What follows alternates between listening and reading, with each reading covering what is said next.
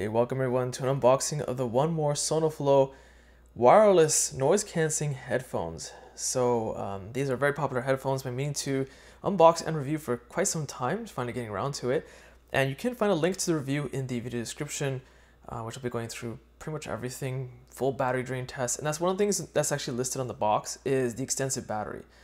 Battery drain test is going to be the most annoying thing for me, only because it's well, you'll see, I'm going to show you the side here. It's listed as averaging 70 hours of battery usage, and I have multiple battery drain tests to do based on the various scenarios. So like, for example, battery draining for noise cancelling, battery draining for regular headphone mode, and you get the idea.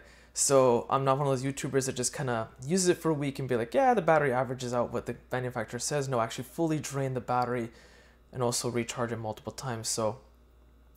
Yeah, it'll definitely be a pain in the butt, but definitely worth it to help you guys make an informed purchasing decision, as I do with all my headphone reviews.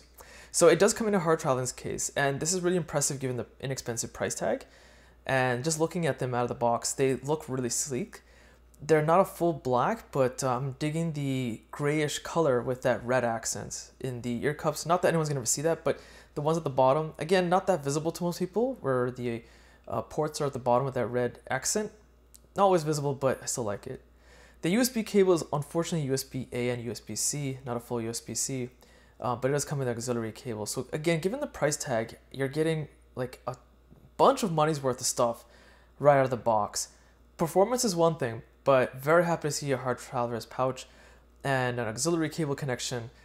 So great on One More for doing that. So going through the documentation, just getting it out really quickly. It looks like to be a single pamphlet, not like a booklet.